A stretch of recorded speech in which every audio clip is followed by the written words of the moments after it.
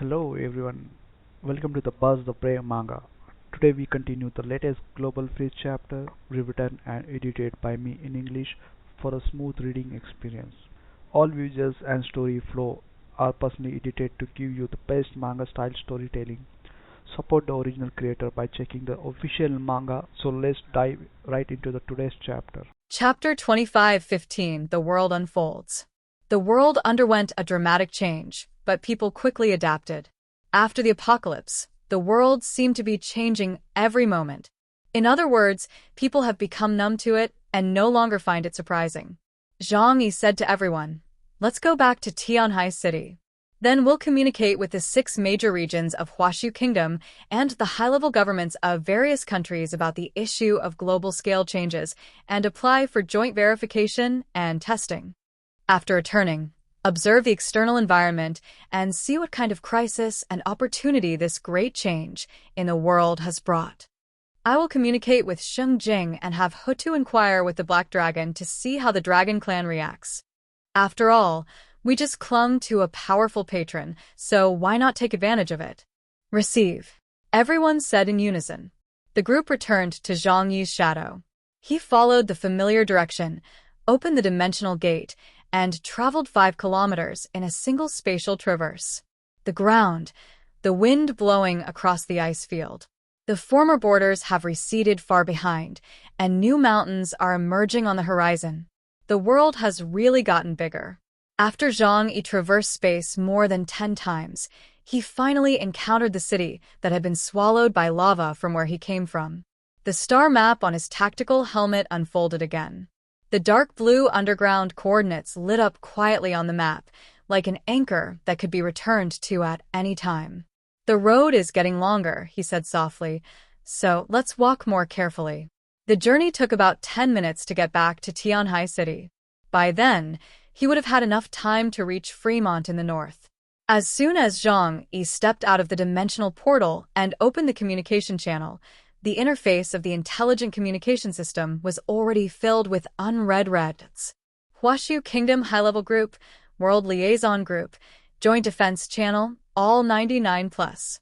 Previously, when I went to the underground world, the signal was interfered with and I couldn't receive it, but now I can see it. Zhang Yi raised his wrist to access all the information and displayed it in front of him for review. A light screen popped up, and the first thing at the top was a video call from an old friend in Colombia, Professor Leonardo da Vinci. Zhang Yi glanced at Tianhai City. Tianhai City was exactly the same as when he left, except that when he looked down at the sea from high above, he saw a hazy white mist, as if the ocean was also expanding. It also seemed as if some terrifying race had emerged from the deep sea. Above the sky, clouds and mist swirled, some of which seemed not to be clouds and mist, but rather to be enormous, semi-transparent, eerie creatures. Thanks to Zhang Yi's previous deterrence, the alien races did not dare to attack Tianhai City, which was exactly what Zhang Yi had expected. After all, tribes like the Zhu Rong clan, which are poorly informed and do not know how to treat others according to their own circumstances, are still a minority. It was also their bad luck. If they had chosen another country, they probably wouldn't have been wiped out. Zhang Yi repositioned the Tianhai fortress and ordered Deng Shintong and the others to return to their duties. "We cannot relax for a moment. We must be on high alert, as a major battle could occur at any time."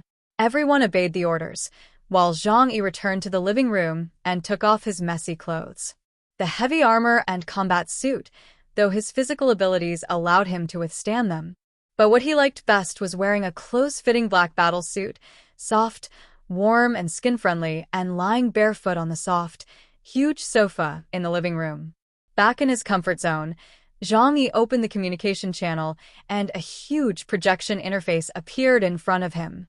He received messages from all the high-ranking officials in the 6 major regions of Huashu Kingdom, as long as they had contact information. He received numerous messages from high-ranking government officials and other prominent figures from around the world, both familiar and unfamiliar. After thinking for a moment, Zhang Yi decided to call Professor da Vinci back first. It took quite a while for the video call to connect. The footage was so shaky it looked like it was taken on a covered bridge during an earthquake. The scene was still the familiar laboratory, but unlike before, Professor Da Vinci's laboratory was now a mess, with experimental equipment overturned all over the floor and large amounts of sprayed dark green liquid on the walls. Professor Leonardo da Vinci appeared in the frame, holding a wine bottle in his left hand and a laser weapon in his right. Hiccup. Chaos, you finally called me. Damn it, I thought you hung up. As they were talking, a monster with a sunflower head slid along the wall, its flower head covered with fine teeth, and its roots lashed out, sending plaster flying everywhere. While Professor Da Vinci was video chatting with Zhang Yi, he held an old laser gun in his right hand and snap. A beam of blue and white light burned a hole in the center of the flower. Brian, dressed in a Colombian-style combat uniform, rushed into the frame, swung a dark frying pan, and slammed another flower down from the ceiling. Professor, what happened on your end? Has the Natural Science Association been invaded by alien races? Zhang Yi's gaze was very serious, but upon closer inspection, it made perfect sense. Even their Huashu kingdom was attacked by foreign races, let alone Colombia, which has the second-largest comprehensive national strength in the world. It's trouble from Abyss 51 and the Daoshi Fault. Damn it. As Leonardo da Vinci retreated, he spoke, and the camera panned across a sticky green shadow on the ground. Subterranean civilization has emerged from the surface. Negotiations with the upper echelons of Colombia have broken down, and they're treating us like spore invaders. The battle has begun. I'm not inside the association right now. I was on vacation with Brian. Oh shit, my vacation is ruined. Brian, panting, said, "We can handle these damn guys. But these flower-headed creatures spray spore mist that smells like rotten beans." Seeing how they handled things calmly and with ease, Zhang Yi said with relief, "It seems like you're not in any major problems. Just take care of yourself. The whole world is in chaos right now. Creatures from ancient civilizations that were hiding underground and in spatial rifts have all come out. This is going to be a tough battle." Zhang Yi smiled and nodded. "All right, you guys go ahead with your work. Come to Tianhai City for coffee another day." "No problem.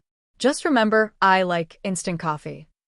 Zhang Yi ended his communication with Professor Da Vinci, reached out and scrolled through the list of unread messages, and immediately saw a long string of distress signals.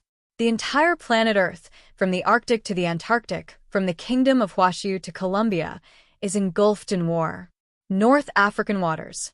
The sky suddenly darkened, and a moving wall rose from the distant sea. Giant waves crashed against the shore, flattening the harbor like a chessboard. The Abyss clan emerged from the belly of the waves, their semi-gelatinous bodies gleaming with a deep blue hue in the sunlight, resembling both human figures and jellyfish. The soldiers of New Cage panicked and raised their guns, roaring as they opened fire. A hail of bullets rained down, instantly turning those bizarre, semi-gelatinous creatures into sieves. But even after the bullet pierced through his body, the fragments glued together in the blink of an eye, and the cracks healed themselves.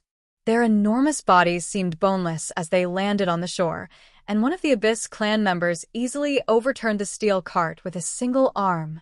The port's alarm bells blared, and the crowd behind the breakwater retreated inland.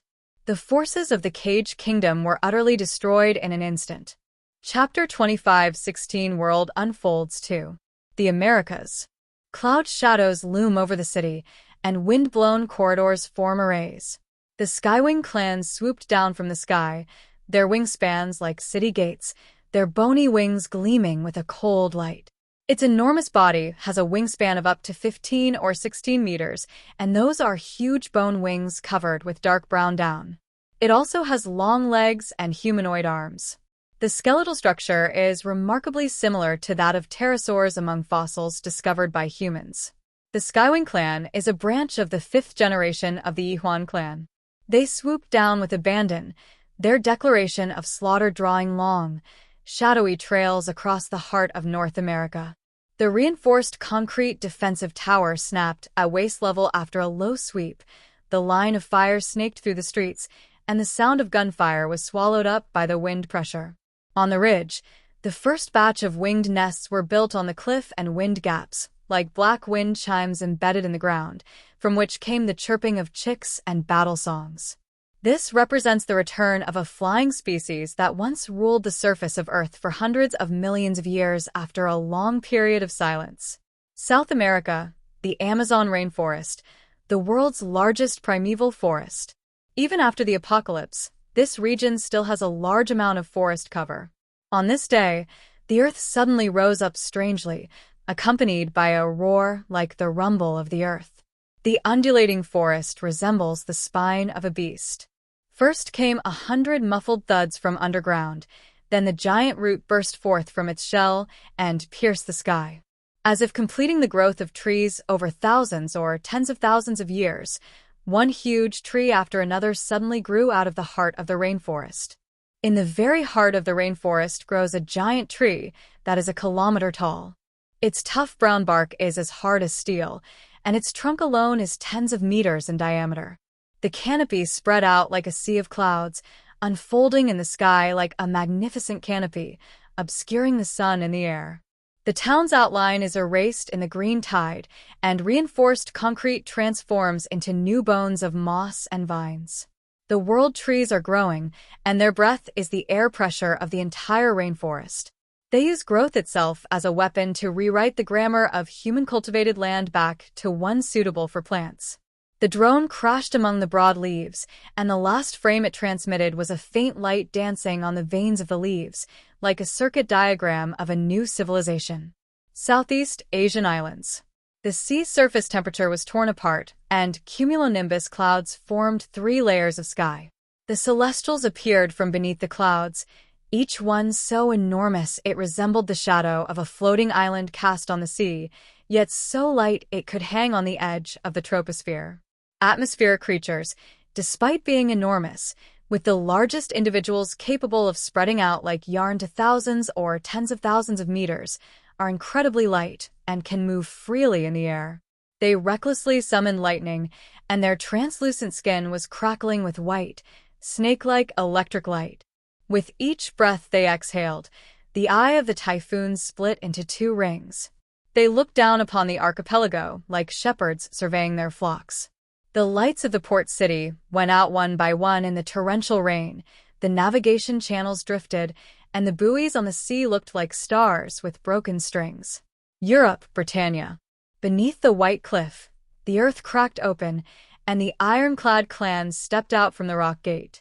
Layers upon layers of armor, knees like rivets, shoulders and spine like towers, each step sending mud and ash flying an inch high. Undeterred by the dense laser cannons, they moved across the plains like a convoy of moving siege engines. Boom, boom, boom. The armored race, emerging like ants, were covered in thick armor plates. As the army advanced, the earth trembled rhythmically. The sheer force of their charge and their formidable defensive capabilities turned the faces of the hastily assembled Britannian soldiers pale. The royal banner fluttered in the wind. King Arthur stood atop the white cliffs, frost passing over the ridge of his sword. Has what was bound to happen finally come? King Arthur's voice was unusually calm. Not far from him was the captain of another important supernatural force in Britannia, the Royal Order of the Anglican Knights. The two forces had different roles. The Knights of the Round Table were on expeditions, while the Royal Order of the Church was responsible for guarding the country's borders. In terms of strength, the Knights of the Round Table are naturally more powerful, but the Royal Order of the Church has more members and can provide a lot of cannon fodder in large-scale wars. King Arthur gripped the two-handed greatsword at his waist, and at the same time took another one from Merlin beside him. He wielded 2 great swords, one in each hand, in battle. This is a battle to establish our authority. Only by winning this battle and driving these tin monsters back to the underworld can we bring temporary peace to Britannia. The Knights of the Round Table and the Royal Order of the Church formed ranks on the vast wasteland, their hymns and horns mingling, and the clash of iron against iron echoing in the rain. In the distance, the stained-glass windows of the monastery shattered, and the glass flowers made their last soft sound in the muddy water. The world seemed to turn to an ancient page on the same day. On this day, Almost every corner of the entire planet Earth was engulfed in battle. The folded continental lines were flattened again, and the ancient humans, who had sunk in the interlayers, carried their laws, myths, wars, and storms back to the sunlit side.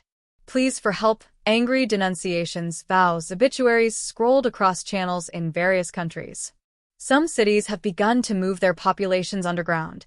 Some armies have built new walls on their borders, and some civilizations have laid out ancient declarations of war on today's tables. At this moment, the 3 ships of Tianhai hovered quietly above the city, their energy shields shimmering with a faint glow as they silently swept across a layer of sky that was no longer familiar. The city skyline was quiet, the sea breeze carried the scent of salt, and the port's flags fluttered gently. This is a form of deterrence. Liu Karen is controlling the overall situation, and Zhang Yi has also distributed the Mechanical Legion to various locations. Although not all of them were displayed, the number that could be seen with the naked eye was 40 to 50,000. Those monstrous, colossal mechanical life forms, some over 600 meters tall, naturally exude an overwhelming sense of oppression. This is a warning to any alien race that wants to attack this place. Get lost and go find someone weak to bully. Zhang Yi stepped out of his home and onto a newly built energy tower in Tianhai City. He gripped the railing with one hand and looked down over the entire Tianhai Bay.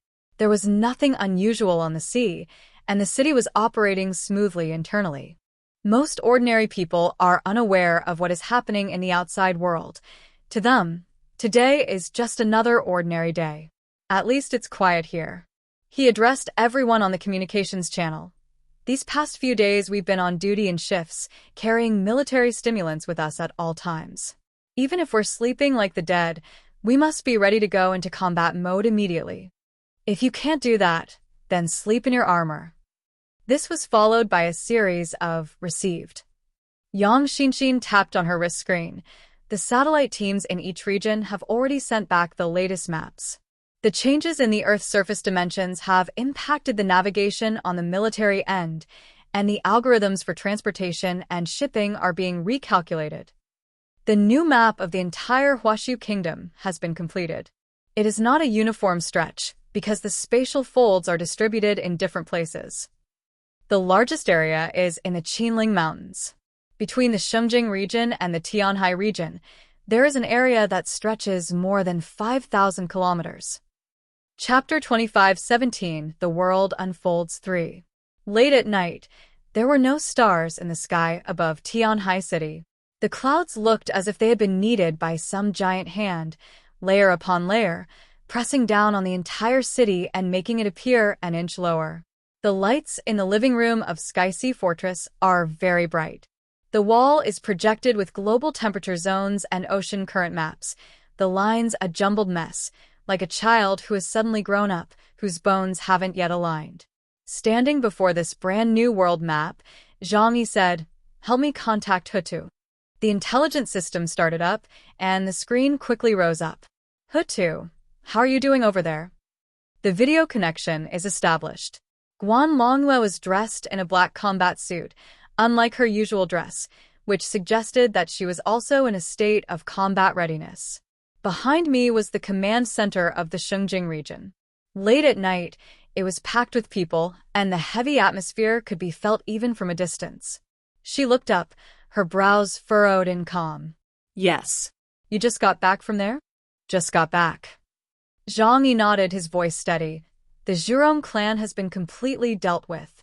We left the coordinates as a temporary backup refuge, and all resources have been gathered.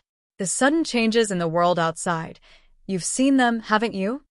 Upon hearing Zhang Yi's words, a strange light flickered in Huda's eyes. "Have they dealt with the Zhurong clan? Solve? The solution Zhang Yi mentioned was to eliminate it. But only one day has passed. In a single day, an ancient underground civilization was wiped out.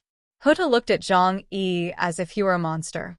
However, she wasn't very clear about the strength of the Zhurong clan, so she didn't think too much about it, simply regarding it as a backward ancient civilization. "I see it," Huda said succinctly. "Earth unfolds, and the layers of space are being revealed one by one. People's hearts are in turmoil first, which is more difficult than the terrain. Zhang Yi smiled slightly, trying to soften his tone. That's why I came to you first. Have you been in contact with Black Dragon? I need a judgment from an advanced civilization. Even just 2 or 3 sentences will do. The dragon race has a long history and great power, so what they say must be very valuable. Hota nodded slightly and brought up the encrypted channel. A ring of antique silver patterns emerged from the edge of the screen, resembling dragon scales. Yes. The conclusion isn't complicated, but you won't like it. She paused, then added, the dragon clan is also dealing with it. The boundary gate, the sea vein, and the wind corridor all experienced phase misalignment at the same time. We're not the only ones in disarray. They said, the world is changing, and no one can control everything. What they can offer is a bottom-line promise. They will help when a major disaster strikes. But for daily defense, we have to rely on ourselves first. This answer is exactly what I expected. Zhang Yi wasn't disappointed. Instead, he breathed a sigh of relief. We're not their biological sons. It's already quite good that they're willing to give us a promise. We still have to walk our own path from now on. Hoda looked at him and said, you're right. Because the Black Dragon added a sentence. Please, Huashu Kingdom, don't place all your hopes on any foreign race. I've said this for them many times. Zhang Yi's smile faded further. Okay, I understand. What's the situation on your end? Let me get a feel for it first, then we can talk about it on the big screen. 3 unusual events have occurred on the outskirts of Xinjiang, indicating that there are foreign tribes spying on us. Ho Tu pulled up the surveillance footage. The mountains and rivers outside the city looked like ink lines, with occasional streaks of light flashing across the sky. They didn't attack. It was as if they were assessing our strength. Ksitigarbha Bodhisattva suppressed 2 probing attempts in the northern ridge, and things are quiet for now. Black Dragon's advice to us is to avoid confrontation for the time being. Avoid the attack, I understand. Zhang Yi nodded. Our population is less than 100 million, but our territory has been expanded several times over by Earth. To occupy empty land is to spread our forces thin. Let's hold back for now and not fight everyone at the same time. He turned around and pointed to the global projection behind him. The East China Sea, Jiangnan, Northeast, Northwest, Southwest, and border defenses are all responding simultaneously. Everyone needs to hear me. I will try my best to explain the reasons clearly so that they can feel more at ease. This is not just empty rhetoric. Hota looked at him, the sharpness in her eyes slowly fading. Speak. I need to hold a high-level meeting. Zhang Yi took a deep breath and spoke at a measured pace. The time is set for 30 minutes from now. You should all make your preparations, help each other, contribute money and effort, and get through this difficult time together. Hota nodded. I agree. I'll go and tell Meng Yuan Jun, and we'll discuss it again after we've organized the information. Okay. Zhang Yi smiled. With you here, I feel half at ease. He split the communication screen and said, you go ahead and do your work. I'll go call the others over. The screen was divided into multiple windows, and the connection notification sounds lit up one after another. Hey, brother Zhu Zheng. Are you online? Yes. In the window of the Jiangnan region, the war situation table was crammed full of teacups and maps. Zhu Zheng clutched his collar, breathing heavily as if he had just run up and down a flight of stairs. Brother Zhang Yi, you've finally spoken up. I've called you no less than 100 times, but I haven't heard from you at all. Today, we saw 3 groups of strange humanoid creatures along the coast of Jiangnan. They were hidden in the mist, neither attacking nor approaching, as if they were watching us. May I say a few words first?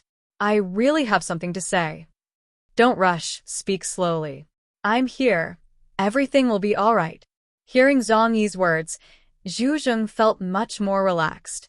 He laughed and said, that's true. With you here, what could possibly happen in the Jiangnan region? I suppose you've already suppressed that volcanic race that invaded the surface. Pretty much, just took them out while I was at it. Zhang Yi's tone was indifferent, as if he had simply swatted a fly. As a person, you can't let any opportunity to show off slip by. I know you're worried about that question. Will I abandon Jiangnan? The answer is 2 words, no. But I'll change abide by the law a little. I'll explain in detail later, okay? For Zhang Yi, the Jiangnan region was already his backyard, providing him with a wealth of manpower and resources. Of course, he wouldn't give it up. Zhu Zheng's shoulders visibly relaxed a little. Okay, go ahead, I'm listening. Okay, wait a moment. I'll go call someone else. Zhang Yi switched the screen and contacted Li Guangxiao of the East China Sea region. Li Shuai, how is the situation? Zhang Yi is too lazy to even greet people. He doesn't have time for formalities right now. Brother Chaos, it's so good to see you. The scene in the East China Sea was a long, narrow steel seawall, with the sea breeze making a rustling noise coming from the microphone. There are many strange phenomena on the sea today.